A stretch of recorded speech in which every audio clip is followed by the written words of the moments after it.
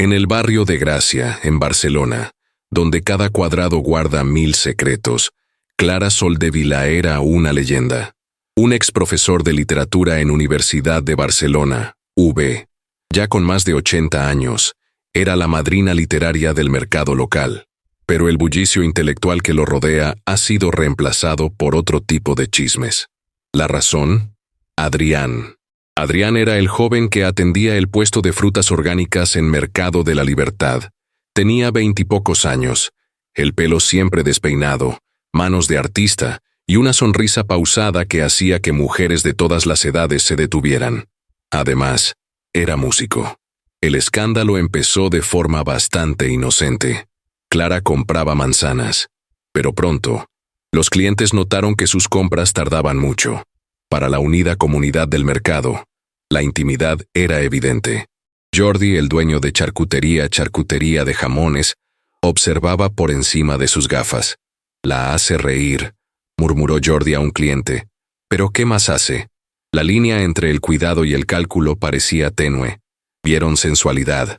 Vieron cómo la ayudaba a llevar sus maletas, no como un caballero, sino como un acompañante.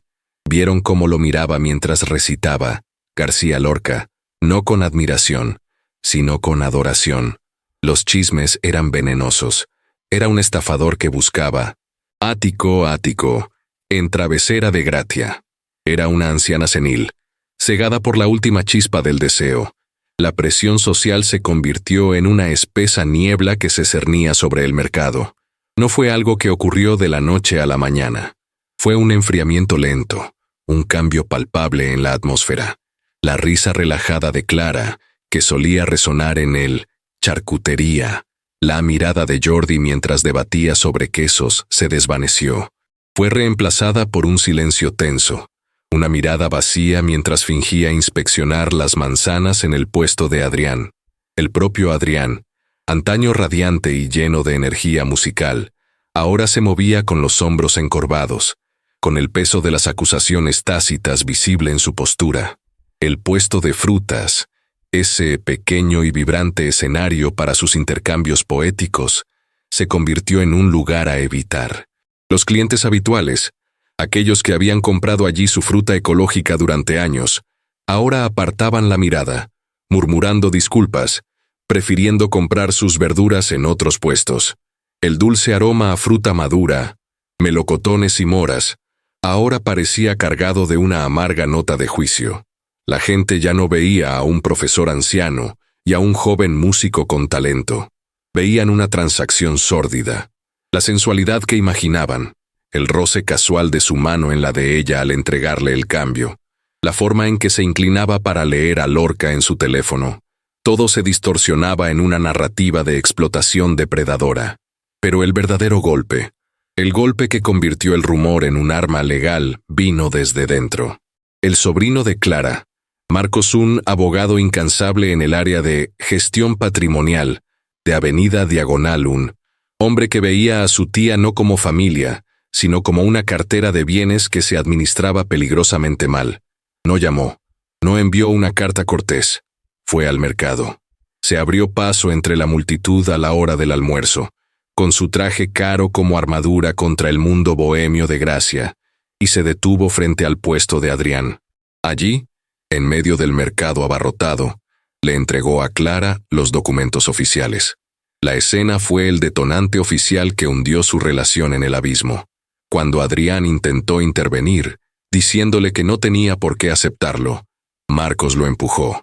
Un gesto de desprecio que todo el mercado presenció. Eran documentos legales y fríos, una solicitud de evaluación psiquiátrica de emergencia y una solicitud de incapacitación judicial. Tutela. La palabra tutela flotaba en el aire, horrible y brutal. Marcos alegó influencia indebida, vulnerabilidad a la manipulación y deterioro cognitivo. No solo intentaba anular una relación, intentaba tomar el control total, anular la autonomía de Clara, silenciarla legalmente en su propia vida. El mercado, antaño un refugio comunitario, se convirtió en un tribunal público, y el veredicto ya se había emitido. La mirada de Clara al leer el documento expresaba una traición y desesperación que silenciaba incluso a los chismosos más acérrimos. Vio cómo su sobrino, el niño al que ayudó a criar, usaba la ley para destruirla. A partir de ese momento, Clara quedó confinada en su apartamento por orden judicial, a la espera de la evaluación que decidiría su destino. Adrián fue condenado al ostracismo público. Su puesto se convirtió en una isla que los clientes rechazaban. Él era, a ojos de todos, el depredador atrapado. Pero a pesar de la hostilidad, Adrián no la abandonó. La comunidad ahora tenía un documento que justificaba su juicio, pero Adrián tenía una promesa. Discretamente cada mañana, antes de que el mercado abriera por completo, dejaba una pequeña cesta de fruta fresca en la puerta de su edificio. Junto a ella, una sola nota. Ya no eran poemas de Lorca. Solo una simple frase. No saben nada. Cómanse las moras. Y horas después, ella deslizaba una respuesta por debajo de la puerta, en una servilleta. Aún hay belleza, mi joven poeta. La belleza siempre existe. Este era su único hilo de resistencia. Para Marcos, quien sin duda tenía informantes observándolo, estos gestos eran una prueba más de la siniestra influencia de Adrián. Para ellos, era el único soplo de aire en un mundo que intentaba asfixiarlos, sin saber que la verdad de su conexión no residía en la literatura, sino en años de silencio y un acto de valentía que nadie allí podría haber imaginado. Pero ¿qué hace Marcos con su calculadora en lugar de corazón? ¿Qué hace Jordi con su juicio precipitado en charcutería? Y lo que el resto de Barcelona jamás podría saber era que el vínculo entre Clara y Adrián no tenía nada que ver con la seductora cadencia de la poesía de Lorca. No se trataba del deseo, ni de la explotación cínica de la soledad de una anciana. La intimidad que el mercado veía como sensual era, de hecho, algo completamente distinto. Su vínculo no se basaba en la literatura, se basaba en el fuego, en los gritos, en el olor a arena del desierto y en una promesa hecha medio siglo antes, al otro lado del mundo, en medio del colapso de una era. El secreto no estaba en los libros de literatura que Clara enseñaba en la Universidad de Barcelona. Estaba en su juventud, una parte de su vida que había encerrado. 1975, durante la evacuación caótica del Sahara español, Clara Soldevila no era una profesora de renombre. Era una joven voluntaria idealista en gobierno general en Villa Cisneros, actual Dacla, de 20 y pocos años. Intentaba procesar documentos en medio del pánico absoluto. El aire estaba cargado de polvo del desierto y el sonido ensordecedor de los aviones militares sobrevolando. Era el fin del mundo. Multitudes desesperadas se apiñaban contra las puertas de alambre de púas, extendiendo los brazos, implorando una salida. Fue en ese infierno de miedo que una joven madre saharaui con el rostro demacrado por el agotamiento y el terror, la multitud la empujó hacia Clara. La mujer, delgada y sola, estaba claramente enferma. Apenas podía mantenerse en pie y llevaba en brazos a un bebé hambriento envuelto en pañales. Sabía que no podría atravesar las puertas. Sabía que no sobreviviría. Mientras los soldados formaban un perímetro, la madre, llamada Naima, agarró el brazo de Clara con una fuerza que contradecía su fragilidad. Sus ojos se encontraron con los de Clara, y en ese instante se produjo una transferencia desesperada. Naima no pidió que la salvaran. Le hizo prometer a Clara: si no puedo hacerlo, suplicó en un español mal hablado, cuídalo. Se llama Karim. Por favor. Rápidamente sacó un pequeño amuleto tuareg de platad su propio cuello y la colocó sobre el bebé dormido. Antes de que Clara pudiera responder, la multitud se abalanzó de nuevo. Naima fue absorbida por el caos, desapareciendo para siempre, un fantasma en el polvo. Clara, en estado de shock, protegió al bebé, usando su pasaporte español para conseguir un asiento en el último avión militar en despegar. Logró llevar a Karim al Canarias, a los campos de refugiados en Tenerife, pero el caos solo cambió de forma.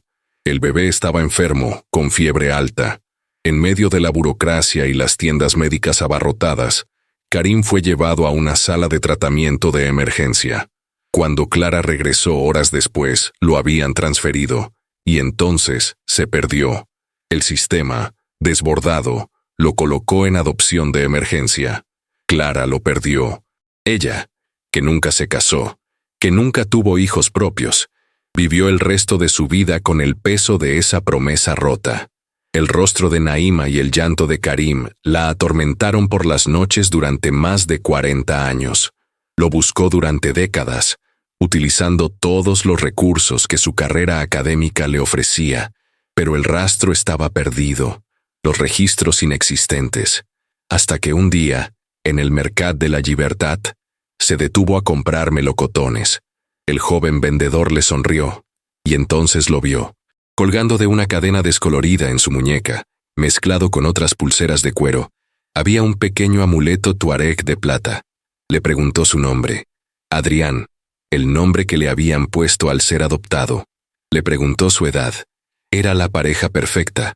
Sus ojos eran iguales a los de Naima. Las lecciones de poesía, la insistencia en comprarle fruta solo a él, la intimidad que el mercado consideraba sensual. Era Clara, intentando torpemente reconectar, intentando encontrar la manera de cumplir una promesa hecha en medio del incendio. Hacía más de 40 años. No la seducían, intentaba por fin ser la guardiana que juró ser. La audiencia tuvo lugar en una sala sofocante en el juzgado de primera instancia de Barcelona 1, de esos lugares donde la luz del sol parecía haberse apagado, dejando una atmósfera cargada de polvo y ansiedad. Las sillas de madera crujieron.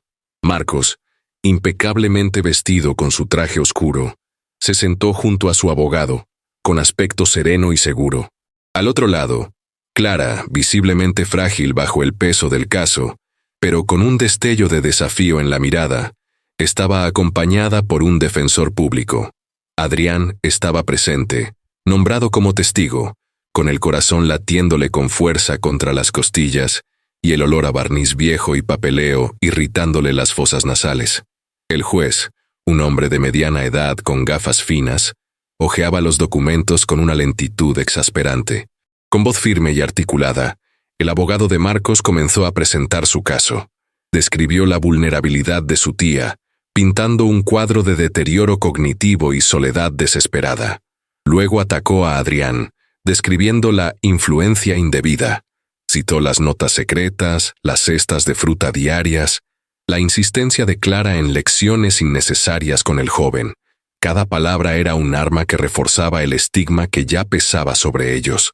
Insinuó la naturaleza inapropiada de su relación, utilizando la misma intimidad que el mercado consideraba sensual como prueba de manipulación.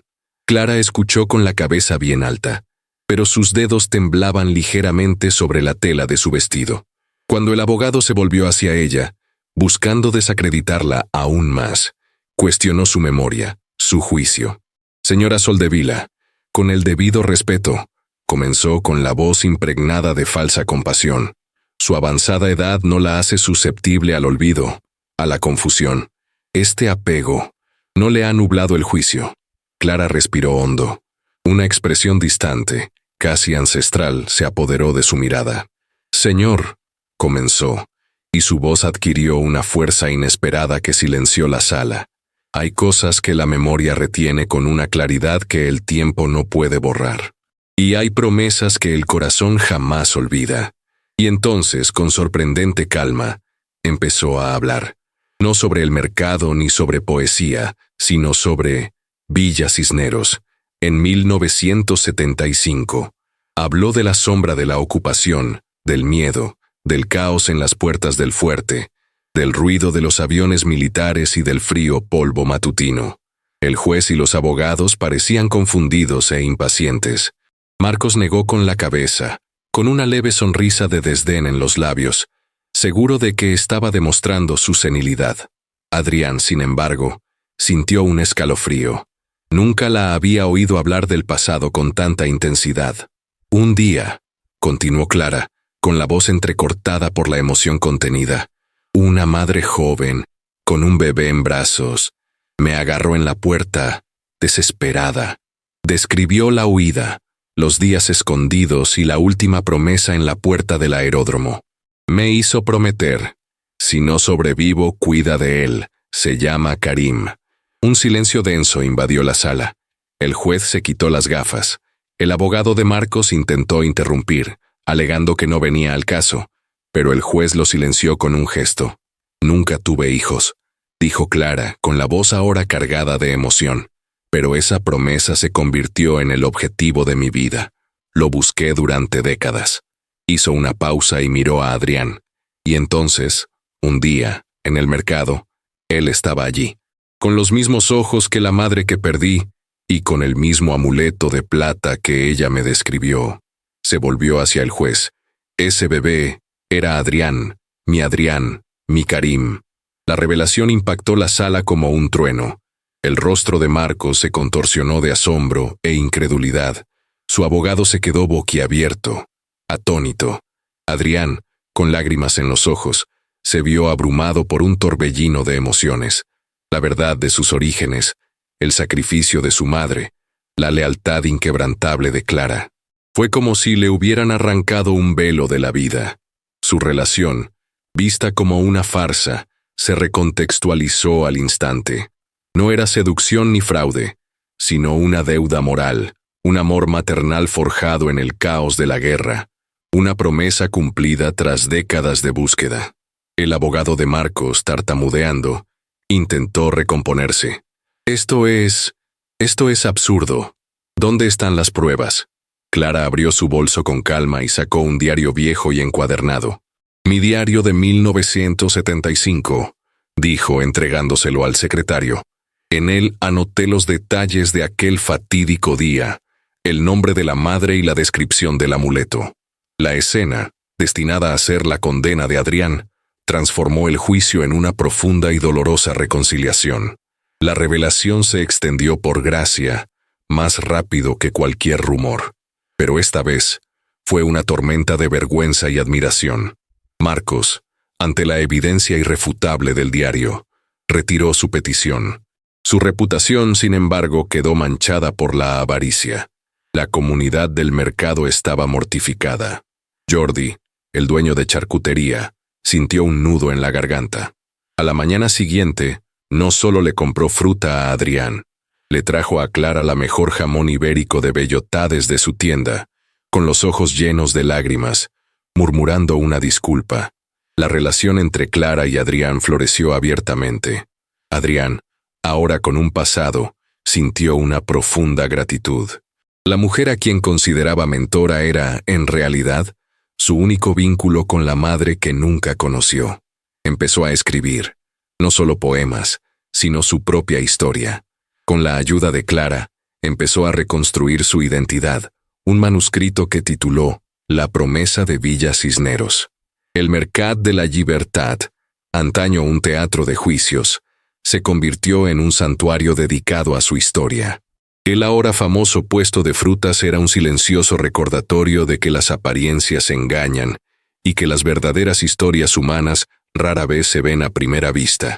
Su vínculo, forjado en el caos de la guerra y puesto a prueba por los chismes, finalmente se vio como lo que era.